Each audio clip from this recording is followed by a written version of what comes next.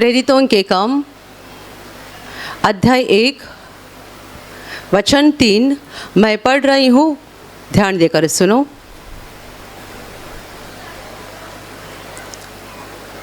उसने दुख उठाने के बाद बहुत से पक्के प्रमाणों से अपने आप को उन्हें जीवित दिखाया और 40 दिन तक वह उन्हें दिखाई देता रहा और परमेश्वर के राज्य की बातें करता रहा।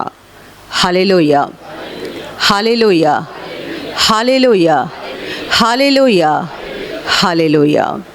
परमेश्वर का वचन बता रहा है, उसने यानी प्रभु यीशु ने दुख उठाने के बाद बहुत से पक्के प्रमाणों से अपने आप को उन्हें यानी चेलों को जीवित दिखाया और 40 दिन तक वह उन्हें दिखाई देते रहा और परमेश्वर के राज्य की बातें करता रहा। Hallelujah, hallelujah, hallelujah, hallelujah.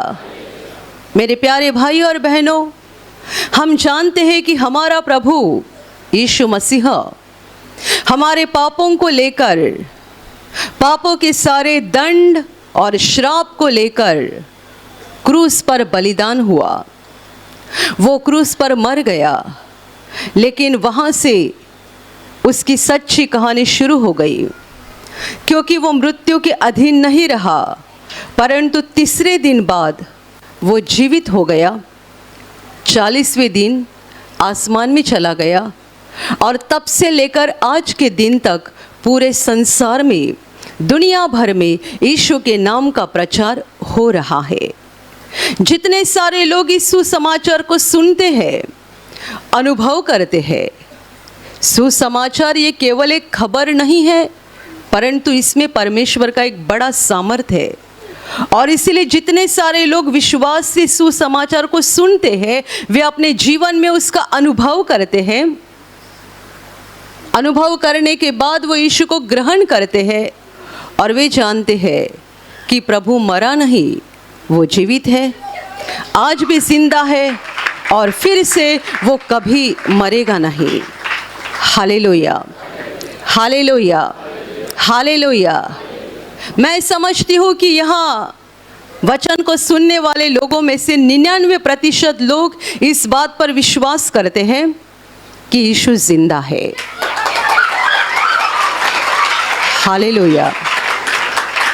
1% मैंने इसीलिए छोड़ दिया है, शायद कोई आज पहली बार आए हैं और पहली बार अपने कानों से सुसमाचार सुन रहे हैं, इसीलिए मैंने 1% छोड़ दिया।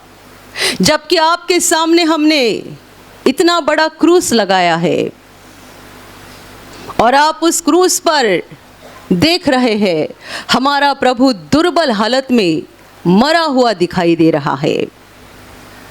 और वहाँ पर वो वचन भी लिखा गया है जो बपतिस्मा करने वाले यूहन्ना के द्वारा बताया गया था। देखो, ये परमेश्वर का मेमना है जो दुनिया के पापों को उठा ले जाता है। ये परमेश्वर का मेमना जिसने संसार के पापों को अपने ऊपर उठाया। और आपके सामने आप इस इमेज को, प्रतिमा को देख रहे हैं कि यीशु मरा है, लेकिन आप जानते हैं वो जिंदा है, वो जिंदा है। वो कहाँ जिंदा है? आपके हृदय में जिंदा है।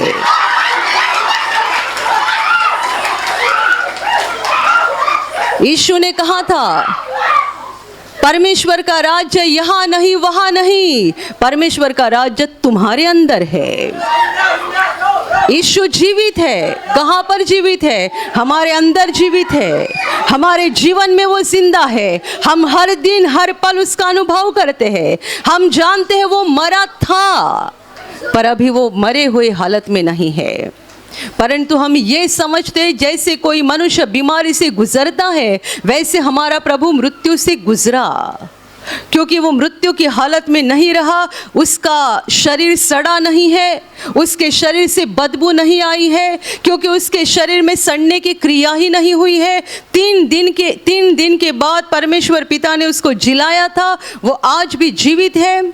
और जितने सारे लोग इस सुसमाचार पर विश्वास करते हैं, वो हर दिन अनुभव करते हैं कि यीशु जिंदा है। Hallelujah, hallelujah. यहाँ एक बहुत महत्वपूर्ण शब्द इस्तेमाल किया गया है इस वचन में, बहुत से पक्के प्रमाणों से, पक्के, बहुत से पक्के यानी निश्चित रूप से उसने ऐसे सबूत दिए, ऐसे सबूत, बहुत से पक्के प्रमाणों से उसने अपने आप को उन्हें जीवित दिखाया। हम क्यों कहते हैं कि यीशु जिंदा है? पतरस बोल रहा था, यूहन्ना बोल रहा था, याकूब बोल रहा था, इसलिए ही नहीं बोलते हैं, परंतु हमने भी अपने जीवन में इस पक्के प्रमाणों का अनुभव किया है कि यीशु जिंदा है। केवल हम चेलों की ओर देखते हैं और चेले जैसे कि चिल्लाकर बता रहे थे, यीशु उठा है, यीशु उठा है, यीशु उठा है। केवल इतनी ही बात को हम सुनते तो हम पल भर के लिए अपनी गर्दन को हिलाते और बोलते, हाँ होगा, उठा होगा। पर यदि हमने अपने जीवन में अनुभव नहीं किया तो हम ज़्यादा समय तक इस बात पर टिके नहीं रहेंगे और इस विश्वास में बने नहीं रहेंगे कि यीशु जिंदा है। परंतु हम भी अपने जीवन में पक्के प्रमाणों के द्वारा अनुभव कर रहे हैं कि यीशु जिंदा है। Hallelujah, hallelujah, hallelujah, hallelujah. 2 सप्ताह पहले एक बहन ने यहाँ पर गवाही दी, जिसके शरीर का भार हो गया था 125 किलो, बहुत मोटी हो गई थी। वो हमेशा प्रार्थना में आती थी, हम भी उसको देखते थे। अभी उसका शरीर, उसका भार कम हो गया, शरीर उतर गया।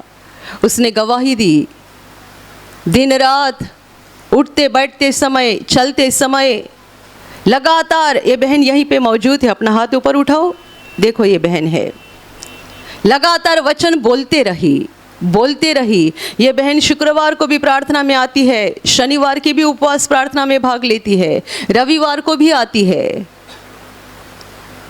लगातार प्रभु के पीछे पड़ी रही, वचन को बोलते रही और जो वजन भार था 125 किलो, वो अभी 84 किलो 84 केजी हो गया।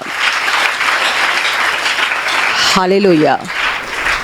पक्का प्रमाण, पक्का सबूत, निश्चित सबूत। 2 सप्ताह पहले अपने यहाँ गवाही आ गई, यूट्यूब पर हमने बहुत बार डाली, प्रीमियर प्रार्थना में, और अभी भी डाली है। ब्रदर माइकल नाम के भाई जो 3 साल लकवे से पीड़ित थे, 4 साल बिस्तर से उठ नहीं सकते थे, जब उन्होंने इस वचन को यूट्यूब पर देखा, लगातार बोलते रहे, जबकि उनकी हालत ऐसी थी कि मुंह से ठीक से शब्द भी नहीं निकलते थे और व्हीलचेयर पे यहाँ वहाँ जाना पड़ता था। ये भाई आप सबों के सामने खड़े होकर गवाही दिए कि इन वचनों के द्वारा परमेश्वर ने उनको चंगा किया और खड़ा कर दिया, एकदम भले चंगे हो गए। पक्के प्रमाण, निश्चित सबूत। प्रभु हवा में बात नहीं करता है, ऊपर की बात नहीं करता है। प्रभु जो भी करता है पक्के प्रमाणों के साथ करता है, निश्चित रूप से वो सबूत देता है। लेकिन आज भी आप दुनिया में जाकर पूछो, कितने लोग जानते हैं कि यीशु जीवित है? कितने लोग जानते हैं कि यीशु आज भी जिंदा है और काम कर रहा है? बहुत सारे लोग आज भी इसी विचारधारा में है कि वो मर गया है। इसलिए कई लोग बोलते भी है, तुम्हारा प्रभु तो खुद मरा, अपने आप को नहीं बचा पाया, तो तुम्हें क्या बचाएगा? तुम्हारा प्रभु खुद मर गया, अपने आप को नहीं बचा पाया, तो तुम्हें क्या बचाएगा? बेचारे लोग आगे की सच्ची कहानी नहीं जानते। वो मरा, दुर्बल था इसीलिए नहीं, परंतु उसने हमारी दुर्बलता अपने ऊपर ली थी। वो कमजोर नहीं था, उसके पास वही ताकत थी, वही सामर्थ था, तभी तो उसने वो सामर्थ को दिखाया। गुरुवार रात को जब भी उसको पकड़ने के लिए सिपाही आ गए, पतरस ने तलवार निकालकर उस सिपाही में से एक का कान काट डाला। प्रभु ने क्या किया? उसका कान तुरंत ठीक कर दिया।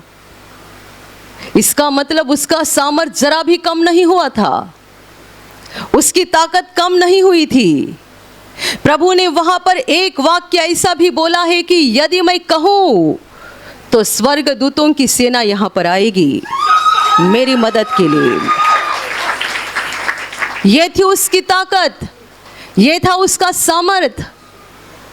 सिपाही उसे पकड़ने के लिए आए, प्रभु बोल रहा है तुम मुझे चोर के समान पकड़ रहे हो।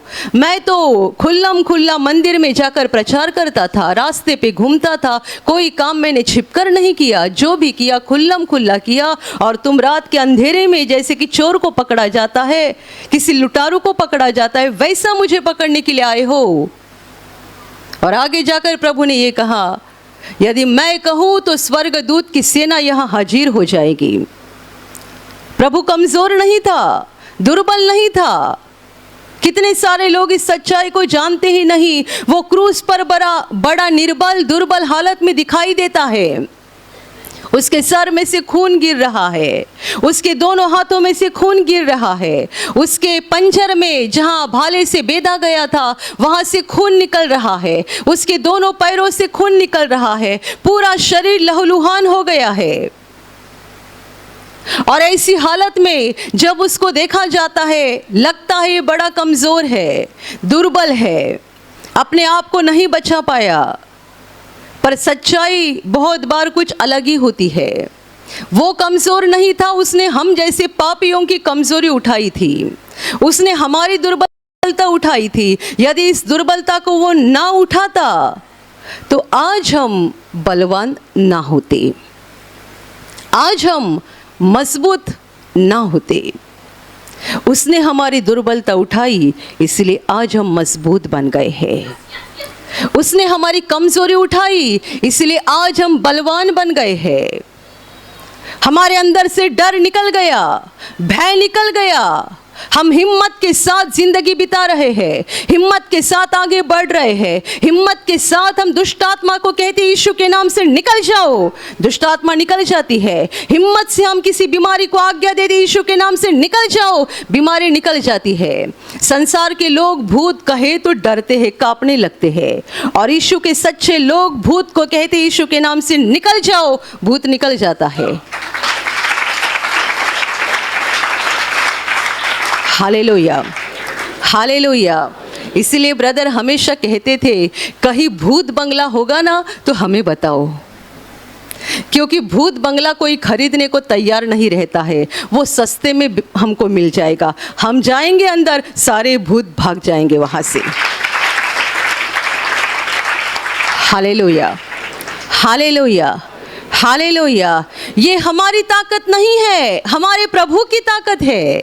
ये सामर्थ हमारा नहीं है, हमारे प्रभु का है। हम तो एक पापी मनुष्य है जिसके कारण वास्तविकता में हम दुर्बल है, हम कमजोर है। उस दुष्ट को हमारे ऊपर पूरा ही पूरा अधिकार था, पर ऐसा हो गया, ऐसा परमेश्वर का एहसान हो गया कि हमारे सारी दुर्बलता को हमारे प्रभु ने उठाया और उसकी ताकत हमें प्राप्त हो गई, उसका सामर्थ हमारे अंदर आ गया। उसने हमारी कमजोर आत्मा को बलवान बना दिया। हम हमारी जिंदगी की समस्या को यीशु के नाम से हटाते हैं, बीमारियों को भगाते हैं, दुष्ट आत्मा को भगाते हैं। हमारे जेब में पैसा हो या ना हो, पर हम तो दुनिया के धनवान लोग हैं, क्योंकि परमेश्वर हमारे पास है। हम किराए के मकान में रहते हैं, हम किराए के मकान में रहने वाले लोग होंगे तो भी हम अमीर लोग हैं, क्योंकि हमारे साथ परमेश्वर है। हम दाल चावल खाते हैं तो भी हम संसार के धनवान लोग हैं, क्योंकि हमारे अंदर पवित्र आत्मा है। हालेलुया। दाल चावल खाकर और किराए के घर में रहकर और पैदल चलकर भी और जेब में 1 रुपया भी न होकर भी हम धनवान बन गए। वचन कहता है तुम्हें धनवान बनाने के लिए वो कंगाल बन गया। तुम्हें धनवान बनाने के लिए वो कंगाल बन गया। इस वचन का अर्थ ऐसा मत ले लो आज के बाद घर जाकर बड़ा बिजनेस शुरू करो और पैसा कमाते जाओ, पैसा कमाते जाओ। एक अलमारी भर गई, अभी दूसरी अलमारी, वो भी भर जाएगी, तीसरी अलमारी। लोग कहाँ कहाँ पैसा रखते हैं पता भी नहीं चलता, कभी कभी भूल भी जाते हैं कहाँ पैसा रखा है। Hallelujah, hallelujah, hallelujah. मेरे प्यारे भाई और बहनों, हमें पैसे से धनवान बनाने के लिए प्रभु नहीं आया है, आत्मा में धनवान बनाने के लिए। ये सच्ची अमीरी है, ये सच्ची अमीरी है। यदि हम बीमारी को नहीं डरते, हम समस्या को नहीं डरते हैं, संसार में देखो कितने सारे लोग निराश होकर खुदकुशी करते हैं। क्या यीशु के लोगों के जीवन में निराशा नहीं आती है, दुख नहीं आता है, संकट नहीं आता है? पर यदि यीशु ने उसको आत्मा में मजबूत बनाया है तो चाहे कितने भी संकट आए, कितने भी दुख आए, वो कहते हैं प्रभु मेरे साथ है। चाहे कुछ भी हो जाए, ये समय बदल जाएगा, ये दिन बदल जाएंगे, ये परेशानियां निकल जाएगी, ये दुख निकल जाएगा, लेकिन मेरी सच्ची संपत्ति ये है कि मेरा प्रभु मेरे साथ है और उसका आत्मा मेरे अंदर है। मैं दुर्बल नहीं हूँ, कमजोर नहीं हूँ, मैं मजबूत हूँ और संसार का धनवान व्यक्ति हूँ। Hallelujah, hallelujah, hallelujah. कभी भी आप अपने जीवन में कमजोर या दुर्बल महसूस मत करो। यदि आपने सुसमाचार को ग्रहण किया है, यीशु को अंदर ग्रहण किया है, तो दुर्बल महसूस मत करना। प्रभु ने हमें बलवान बनाया है। हमारी सारी दुर्बलता प्रभु यीशु ने खुद पर उठाई है और दुनिया ये समझती है बेचारा दुर्बल हालत में मर गया, अपने आप को नहीं बचा पाया, तो तुम्हें क्या बचाएगा? मेरे प्यारे भाई और बहनों, प्रभु यीशु ने अपने जिंदा होने के बहुत से प्रमाण दिए हैं, बहुत से, एक दो नहीं परंतु बहुत से प्रमाण दिए। वचन कहता है कि दुख उठाने के बाद मृत्यु भी उसके लिए एक दुख के समान था। मनुष्य जब मर जाता है तब हम ये नहीं कहते कि वो दुख उठा रहा है, परंतु यीशु मर गया तब बाइबल कहती है वो दुख उठा रहा था। उसके लिए मृत्यु को सहना एक दुख उठाने के समान था, क्योंकि उस हालत में वो हमेशा रहने वाला नहीं था। दुख उठाने के बाद उसने बहुत से पक्के प्रमाणों से अपने आप को उनके सामने यानी चेलों के सामने जीवित दिखाया, जीवित दिखाया। आगे लिखा है 40 दिन तक वो उनको दिखाई देते रहा। इसका मतलब केवल एक बार उन्होंने नहीं देखा, परंतु 40 दिन देखा है और वो उन्हें परमेश्वर के, उनके साथ परमेश्वर के राज्य की बातें करता रहा। प्रभु यीशु तीसरे दिन मृत्यु से जीवित उठने के बाद वो अपने चेलों को दिखाई दिया, परंतु लिखा है पक्के प्रमाणों के साथ। यानी वो दिखाई दिया 1 सेकंड के लिए और गायब हो गया, 2 सेकंड के लिए और गायब हो गया, ऐसा नहीं हुआ है, परंतु पक्के प्रमाणों के साथ दिखाई दिया। जब चेले बंद कमरे में थे और इस विचार में पड़े थे, प्रभु का शरीर ये लोग कहाँ लेकर गए होंगे? क्योंकि सुबह सुबह जो औरत प्रभु के कब्र के पास गई थी, उन्होंने इनको खबर दी थी वहाँ प्रभु का शरीर नहीं है, वहाँ प्रभु का शरीर नहीं है। सुनकर पतरस और यूहन्ना दौड़कर गए थे, उन्होंने भी जाकर देखा प्रभु का शरीर नहीं है और वे बड़े चिंतित हो गए, वापस आ गए। जहाँ ये 12 चेले जिस घर में, जिस कमरे में रहा करते थे, वहाँ पर आकर चिंतित होकर बैठे थे। एक दूसरे, उनका दुख और बढ़ गया। एक तो प्रभु मर गया था इसलिए वे बड़े दुखी थे, डर भी था, और अभी प्रभु का शरीर भी दिखाई नहीं दे रहा है। ये लोग प्रभु के शरीर को कहाँ लेकर गए होंगे, ये सोचकर और भी उनका दुख बढ़ गया। चिंतित थे ये लोग। 11 थे, एक छोड़कर गया था और बाकी कई विश्वास करने वाले उनके साथ थे। सारे चिंतित थे, विचार कर रहे थे, सोच रहे थे, अंदर डर भरा हुआ था और कमरा बंद था क्योंकि लोग उनसे डर रहे थे। तब शाम का समय था और लिखा गया है बंद कमरे में यीशु प्रकट हो गया और यीशु ने उन्हें पहला वाक्य कहा, तुम्हें शांति मिले। प्रभु ने पहले उनको शांति दी क्योंकि उनकी हालत ऐसी थी कि उन्हें उस समय सोने की, चांदी की, पैसे की ज़रूरत नहीं थी, शांति की ज़रूरत थी। बहुत उलझन में गिरे थे, बहुत डरे हुए थे, बहुत चिंतित थे, तो उन्हें पहले शांति की ज़रूरत थी। प्रभु प्रकट हुआ और सबसे पहले उनको शांति प्रदान की। चेले डर गए, हम क्या देख रहे हैं? सुबह तो विश्वासी औरतें बता रही थी कि प्रभु उठ गया है, पर हमने तो विश्वास नहीं किया, कोई मरा हुआ कैसे जीवित हो सकता है, और अभी तो हम उसे देख रहे हैं। उनके मुंह से कोई शब्द भी नहीं निकल रहा था, डरे हुए थे, बस प्रभु को यूं ही देख रहे थे। और प्रभु ने जान लिया ये तो सब के सब डर गए हैं। प्रभु ने कहा, और उनके मन में ये विचार चल रहे थे कि हम तो भूत को देख रहे हैं। मरा हुआ आदमी यदि दोबारा किसी को दिखाई दिया तो लोग कहते भूत को देखा हमने। वैसे इनके भी मन में विचार चल रहे थे, डर कर प्रभु की ओर देख रहे थे, ऐसे कि जैसे हम भूत को देख रहे हैं। प्रभु उनको बोल रहा है, पास आ जाओ, मुझे छुओ, जांच कर देखो, तुम किसी भूत को नहीं देख रहे हो, क्योंकि जैसे मुझे हड्डी और मांस तुम देख रहे हो वैसे भूत को नहीं होता है।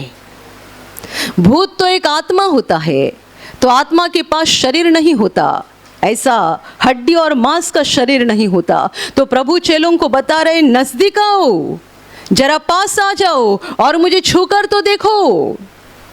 तब जाकर चेलों को यकीन हो गया, हमारा प्रभु सचमुच जिंदा हो गया है। पक्का प्रमाण, निश्चित प्रमाण, ऐसा नहीं कि प्रभु दिखा और गायब हो गया। रुका वहां पे, उन्हें पास बुलाया, अपने हाथ पैर को, शरीर को छूने के लिए खुद ही बता रहा है, खुद ही बोल रहा है, जांचो मुझे, क्योंकि जैसे मुझे हड्डी और मांस देख रहे हो वैसे भूत को नहीं होती है। उस समय मैंने आपको गलती से 11 कहा, 11 नहीं परंतु 10 चेले मौजूद थे, एक नहीं था, थोमा। प्रभु ने उनके साथ कुछ बातें की और फिर प्रभु दिखाई देना बंद हो गया। कुछ समय के बाद ये थोमा अंदर आ गया। तब सारे 10 चेले उसको बता रहे थे, हमने प्रभु को देखा। अभी 10 जन बता रहे हैं तो भी विश्वास करने के लिए तैयार नहीं। थोमा कहता है, हो ही नहीं सकता, जब तक मैं उसके हाथों में जहां कीले ठोके गए थे वहां अपनी उंगली को ना डालूं और उसके पंजर में अपना हाथ न डालूं, क्योंकि प्रभु के पंजर को भाले से बेधा गया था। वो कहता है, उस पंजर में जब तक मैं हाथ न डालूंगा, यानी पूरा ही पूरा जान जब तक न करूंगा, मैं तो विश्वास नहीं करने वाला हूं। सुबह जो औरतें कब्र से आई थी उनको दर्शन हुआ था, तो उन्होंने चेलों को बताया था कि प्रभु उठा है, तो इन्होंने विश्वास नहीं किया। फिर प्रभु खुद वहां आ गया, उनके साथ बहुत बातें की। तब एक वहां मौजूद नहीं था, वो जब आ गया उसको बताया गया, अभी ये भी विश्वास करने के लिए तैयार नहीं है, परंतु प्रभु ने उसके लिए भी कोई जगह नहीं छोड़ी, अविश्वास के लिए कोई जगह नहीं छोड़ी। जब थोमा उनके बीच में था, ऐसे समय में प्रभु दोबारा प्रकट हो गया और उसे कहता है, मेरे पास आओ, अपनी उंगली आगे करके मेरे हाथ में डालो, अपना हाथ बढ़ाकर मेरे पंजर में डालो। विश्वासहीन नहीं परंतु विश्वास करने वाला बन। Hallelujah, hallelujah. बताओ कितना बड़ा प्रमाण, कितना बड़ा सबूत। इसलिए आप जहाँ कहीं थोमा का पिक्चर देखते हैं, चित्र, इमेज, तब हमेशा ज़्यादातर ऐसा ही दिखाई देता है कि थोमा उसके पंजर में हाथ डाल रहा है। कितना बड़ा निश्चित रूप से सबूत प्रभु ने दिया। उसकी इच्छा थी कि यदि सचमुच प्रभु उठा है तो मुझे इस तरीके से प्रभु को जांचना है। प्रभु ने ये भी उसको करने दिया और कहा कि वो विश्वास करने वाला बन जाए, अविश्वासी ना रहे। Hallelujah, hallelujah, hallelujah, hallelujah. एक बार ऐसा हो गया, इस 40 दिन के अंदर की ही घटना है। पतरस चेलों से कहता है, मैं जा रहा हूँ मछली पकड़ने के लिए। बाकी चेले कहते हैं, हम भी आ रहे हैं। ये गए मछली पकड़ने के लिए। वहाँ पर उन्होंने बहुत कोशिश की समुंदर में, उनके हाथ कुछ नहीं लगा। और फिर उन्होंने देखा भोर के समय कोई तो समुंदर के किनारे पे खड़ा है और उन्हें फिर से जाल डालने के लिए बता रहा है। उन्होंने जाल डाला, ढेर सारी मछली आ गई। इतने में यूहन्ना ने पहचाना वो जो किनारे पे है वो प्रभु है। वो चिल्लाकर बोला, प्रभु है, प्रभु है। पतरस ने तुरंत समुंदर में कूदकर वो जल्दी पहुंच गया वहाँ पर। बाकी चेले भी आ गए। तब जाकर देखते वहाँ पहले ही चूल्हा जलाया हुआ था और वहाँ पर रोटी बनी हुई थी और मछली भी प्रभु चूल्हे के ऊपर उसने रखा था और इनको भी कहा कि तुमने जो मछली पकड़ी है उसमें से भी कुछ लेकर आओ। प्रभु उनके सामने और उनके साथ खाना भी खा रहा था। Hallelujah, hallelujah, hallelujah, hallelujah. पहले से चूल्हा कहाँ से आ गया? पहले से रोटी कहाँ से आ गई? वहाँ पर किसने बनाई होगी? पहले से मछली कहाँ से आ गई? इसलिए वचन कहता है पक्के प्रमाण, पक्के प्रमाण। प्रभु ने 40 दिन तक अपने चेलों को बहुत बार दर्शन दिए।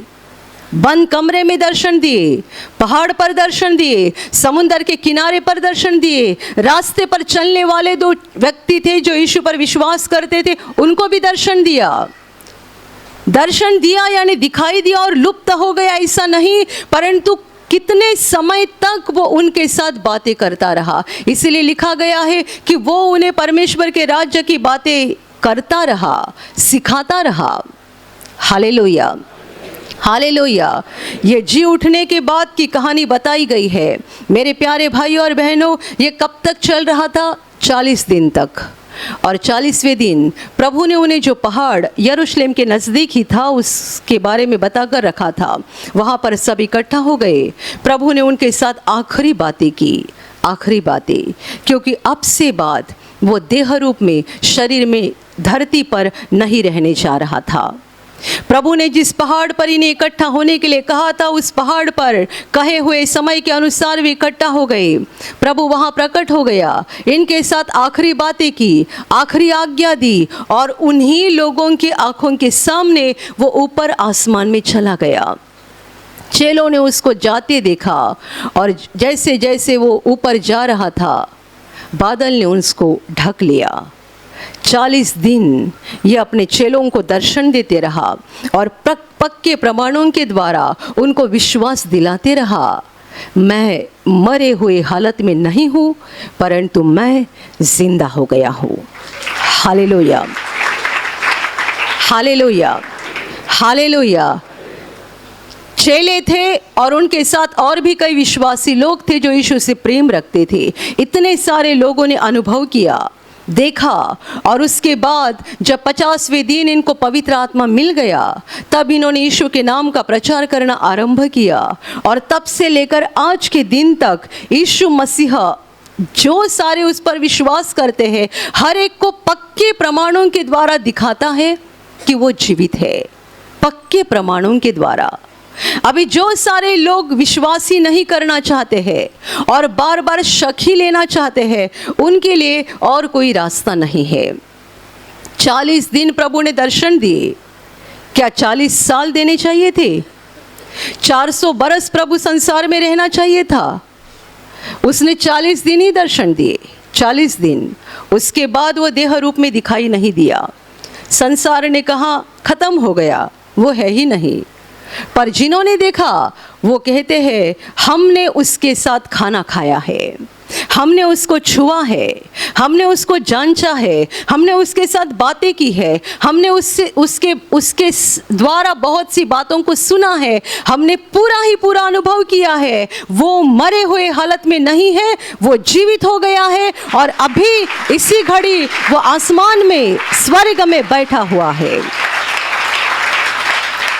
Hallelujah, hallelujah, hallelujah. ध्यान में रखना, परमेश्वर के प्रमाण देने का एक समय होता है। इस समय में विश्वास किया तो आपका उद्धार हो जाएगा, विश्वास नहीं किया तो आप ही का नुकसान हो जाएगा, परमेश्वर का कुछ भी नुकसान नहीं होगा। प्रभु इस संसार में 33 साल देह रूप में था। बाद में उसको क्रूस पे मारा गया। मृत्यु से जी उठने के बाद 40 दिन उसने चेलों को और उस पर प्रेम करने वाले लोगों को दर्शन दिए, उनके साथ बातें की, उनके साथ खाना खाया, उनको कहा था मुझे छूकर जांच कर देखो, इतने सारे सबूत दिए 40 दिन तक।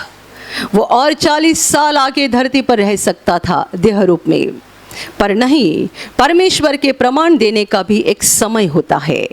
समय, हमें उस पर विश्वास करना चाहिए। प्रभु ने ऐसे मनुष्य को जिंदा किया था जो मर के 4 दिन हुए थे, लाजर नाम का मनुष्य। आप मुझे बताइए कि लाजर आज भी जीवित है? वो तो मर गया। प्रभु ने उस घड़ी, उस समय उसको जीवित किया, अपना प्रेम और अपना सामर्थ दोनों दिखाने के लिए। जिंदा हो गया। बहुत से लोगों ने देखा, ऐसा भी बाइबल में लिखा है कि लोग उस लाजर को, लोग यानी उनके अधिकारी लाजर को जान से मार डालना चाहते थे, क्योंकि उसको देखकर बहुत सारे लोग यीशु पर विश्वास कर रहे थे। शास्त्री फरीसी लोगों के अधिकारी यीशु को तो मारने के पीछे पड़े ही थे, लेकिन लाजर को भी मारना चाहते थे, जान से मारना चाहते थे, क्योंकि वे इस डर में थे कि इस मनुष्य को देखकर बहुत सारे लोग यीशु के पीछे जा रहे हैं। प्रभु यीशु ने इस मनुष्य को जिंदा किया। इसकी लाश को कब्र में रख के 4 दिन हुए थे। इतना बड़ा चमत्कार करके प्रभु ने उसको जीवित किया। लेकिन कुछ सालों के बाद, 5 साल के बाद या 10 साल के बाद या 15 साल के बाद या और कुछ सालों के बाद वो मरा ही ना। इसका मतलब ये है, परमेश्वर के प्रमाण देने का एक समय होता है। उस समय में हमने उस बातों को देखकर, अनुभव करके विश्वास करना ज़रूरी है। हमेशा शक लेते रहेंगे, ये कैसा संभव है, वे कैसा संभव है। यदि हमेशा शक लेते रहेंगे तो हम अपना ही उद्धार खो बैठेंगे। मैं हमेशा कहती हूँ, यदि आप में से कोई मुझे कहेगा, सिस्टर आप इतना बोलते हैं यीशु जिंदा है, यीशु जिंदा है, तो दिखाओ यीशु कहाँ जिंदा है। तो मैं यीशु को आपके सामने यहाँ खड़ा करके नहीं दिखा सकती हूँ। इसीलिए तो मैंने शुरू में ही कहा, यीशु जिंदा है। कहाँ पर है? आपके अंदर है। यहाँ जितने सारे लोग उस पर प्रेम करते हैं और उस पर विश्वास करते हैं, उनके अंदर वो है। और यहाँ बाहर वो आत्मा के रूप में भी काम कर रहा है। जितने सारे लोग अविश्वासी है या अभी तक यीशु को नहीं जाने हैं, उनके लिए आत्मा के रूप में प्रभु यहाँ काम कर रहा है। पर मैं उसको आपको देह के रूप में यहाँ पर खड़ा करके नहीं दिखा सकती हूँ। आपको देखना है, आप देख सकते हो, लेकिन कैसे? अपनी आत्मा से। इसीलिए मैं प्रार्थना के समय बोलती हूँ, आंखें बंद करो, अपनी आत्मा से प्रभु को देखो। प्रार्थना के समय आंखें बंद करना क्यों जरूरी है? ऐसा नहीं है कि आंखें खोलकर हम प्रार्थना नहीं कर सकते, ये भी कर सकते हैं। हम अपने आँखों को खोलकर भी प्रार्थना कर सकते हैं। कई बार ऐसी ज़रूरत भी पड़ती है। समझो कोई व्यक्ति गाड़ी चला रहा है और अचानक उसको प्रार्थना की ज़रूरत पड़ी, तो क्या वो आंखें बंद करके प्रार्थना कर सकता है? वो कहेगा प्रभु संभालेगा, मैं आंखें बंद करके प्रार्थना करूँगा? नहीं चलेगा। वो गाड़ी चला रहा है और उसे प्रार्थना की ज़रूरत है, वो आँख खोलकर ही प्रार्थना करेगा। ऐसा भी समय होता है कि हम अपनी आँखों को खुले रख के भी प्रार्थना करते हैं, पर जब प्रभु का सच्चा और बड़ा अनुभव करना है, आपको आंखें बंद करनी है। क्योंकि परमेश्वर आत्मा है, तो हम आत्मा में ही उसको देख सकते हैं और आत्मा से ही उसका अनुभव कर सकते हैं। गए सप्ताह एक भाई ने, जवान भाई ने यहाँ पर गवाही दी। पहली बार वो आए थे और कितने दिनों से मुझे याद नहीं, पर एक लंबे समय से उनके कमर में दर्द था। वो पहली बार यहाँ प्रार्थना में आई थी और जब यहाँ से कहा गया ये वचन बोलने के लिए, उसने विश्वास के साथ वचन को बोलना शुरू किया और जैसे वो बोलने लगा, वो चंगा हो गया। उसने यहाँ मंच पे आकर गवाही दी। वो झुक भी नहीं सकता था, उसने झुककर भी दिखाया। कितने दिनों से झुका नहीं था, लेकिन यहाँ उसने झुककर दिखाया। यहाँ बैठे बैठे और वचन बोलते बोलते प्रभु ने उसको चंगा किया। मैं आपको यीशु को यहाँ खड़ा करके तो नहीं दिखा सकती हूँ, परंतु उसके कामों के द्वारा आप जान सकते हो। ये काम मनुष्य के काम नहीं है, मेरा हाथ इतना ही है, पर प्रभु का हाथ वहाँ भी पहुँच सकता है, वहाँ भी पहुँच सकता है। Hallelujah, hallelujah. प्रभु के चेलों का हाथ कितना लंबा हो सकता है? मैंने दिखाया मेरा हाथ इतना ही लंबा है। लोग वहाँ चंगाई पाते हैं, वहाँ चंगाई पाते हैं। ये मेरा हाथ नहीं है, ये परमेश्वर का हाथ है। वो जिंदा है और वो काम करता है। Hallelujah, hallelujah, hallelujah. पक्के प्रमाणों से परमेश्वर आज भी अपना प्रेम, अपना सामर्थ और अपना अस्तित्व दिखा रहा है। विश्वास करने वाले विश्वास करते हैं और उनके जीवन में परमेश्वर के आशीषों का दरवाज़ा खुल जाता है और उनके विश्वास के कारण उनका जीवन आशीषों से भर जाता है। जितने अधिक पैमाने में विश्वास रखते जाते हैं, उनके अधिक रूप से उतने अधिक रूप में उनके जीवन में आशीष आ जाते हैं। और जितने सारे लोग अविश्वासी दिखाते हैं या कुछ समय के लिए विश्वास दिखाते हैं फिर से पीछे हटते हैं, वे खुद ही अपने जीवन में आशीषों का दरवाज़ा बंद करते हैं। जबकि परमेश्वर उनको आशीष देना चाहता है, पर ये खुद ही अपने अविश्वास के कारण परमेश्वर के लिए दरवाज़ा बंद कर देते हैं। Hallelujah, hallelujah, hallelujah. मेरे प्यारे भाइयों और बहनों, यीशु जिंदा है, आज भी जीवित है। वो युग युग तक जीवित है। आज हम शरीर रूप में हैं, इसीलिए हम देह के रूप में यीशु को नहीं देख सकते हैं, क्योंकि फिलहाल वो आत्मा के रूप में धरती पर है। और जब हम स्वर्ग में जाएंगे, हम प्रभु को अपने सामने देखेंगे और निरंतर देखेंगे। एक दिन के लिए नहीं, एक घंटे के लिए नहीं, ये वो अनंत काल का समय है जब हम निरंतर प्रभु को देखेंगे और उसकी स्तुति, प्रशंसा और महिमा करते रहेंगे। वहाँ तक पहुँचने के लिए हमें विश्वास में बने रहना है और आगे बढ़ते जाना है। हालेलुया। एक दिन का विश्वास, एक महीने का विश्वास काफ़ी नहीं है। मरते दम तक हमें विश्वास से रहना है, ताकि हम स्वर्ग में जाएंगे और अनंत काल हमारे प्रभु के साथ रहेंगे। Hallelujah, hallelujah, hallelujah.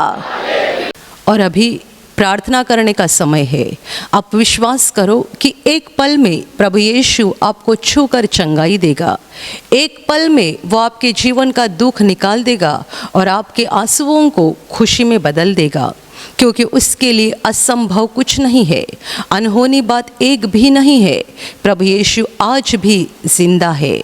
2000 वर्ष पहले वो शरीर रूप में धरती पर था, आज शरीर रूप में नहीं बल्कि आत्मा के रूप में है। और दुनिया के कोने कोने में जहाँ जहाँ लोग विश्वास के साथ उसको पुकारते हैं, उसके पास प्रार्थना करते हैं, उन सबों की पुकार को प्रभु सुनता है, उन्हें चंगा करता है, उनके आंसुओं को पोंछ देता है और उनके जीवन को खुशी से भर देता है। आप भी इसी विश्वास के साथ आपके बीमार भाग पर हाथ रखो, और यदि वहाँ हाथ नहीं रख सकते हैं तो अपने सीने पर हाथ रखो। प्रभु यीशु के नाम से इसी क्षण आपके शरीर की सारी बीमारियां निकल जाए। यीशु के नाम से आपके जीवन का सारा दुख निकल जाए। शैतान का हर एक काम आपके जीवन से और आपके परिवार से पूरी तरह से नष्ट हो जाए। यीशु के नाम से, प्रभु यीशु के नाम से शैतान का सारा काम आपके जीवन से नष्ट हो जाए। सारी दुष्ट आत्माओं को प्रभु यीशु के नाम से मैं आज्ञा दे रही हूँ, इसी क्षण इन्हें छोड़कर निकल जाओ और वापस उनमें नहीं आना। इसी क्षण प्रभु का महान सामर्थ आपके ऊपर आ जाए। प्रभु का महान सामर्थ आपके ऊपर आ जाए। प्रभु का महान सामर्थ आपके ऊपर आ जाए। इसी घड़ी पवित्र आत्मा की खुशी आपके दिल में आ जाए, पवित्र आत्मा की शांति आपके दिल में आ जाए और आपका जीवन स्वर्ग की रोशनी से भर जाए। आमीन।